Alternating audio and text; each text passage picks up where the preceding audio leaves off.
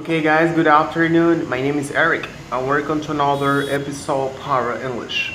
And today I'm going to talk about more history from Dominican Republic. Natural History Museum. This is dedicated to the natural sciences and has many workshops for investigation, restorations and laboratories. There is also a library, a gift shop, a cafe and gardens. There are 12 halls for permanent exhibitions and one for temporary exhibitions.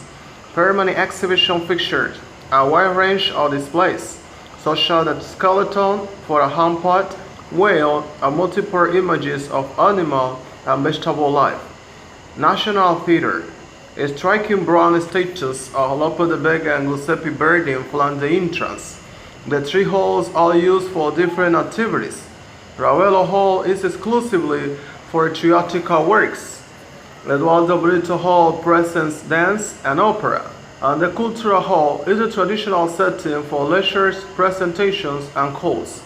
Samana, home of the fishermen. Samana has many attractions that make it one of the most popular tourist destinations.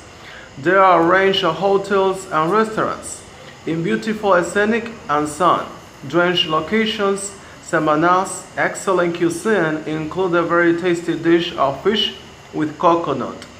The coastal town and tourist center of Samana are shielded from the Atlantic by Samana Bay.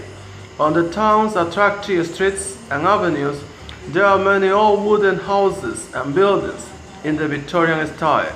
Okay guys, it was all for today. Thank you so much for watching this video. If you want to continue watching more videos about me, you only have to subscribe for more videos every Thursday, because now I'm uploading a new video every Thursday.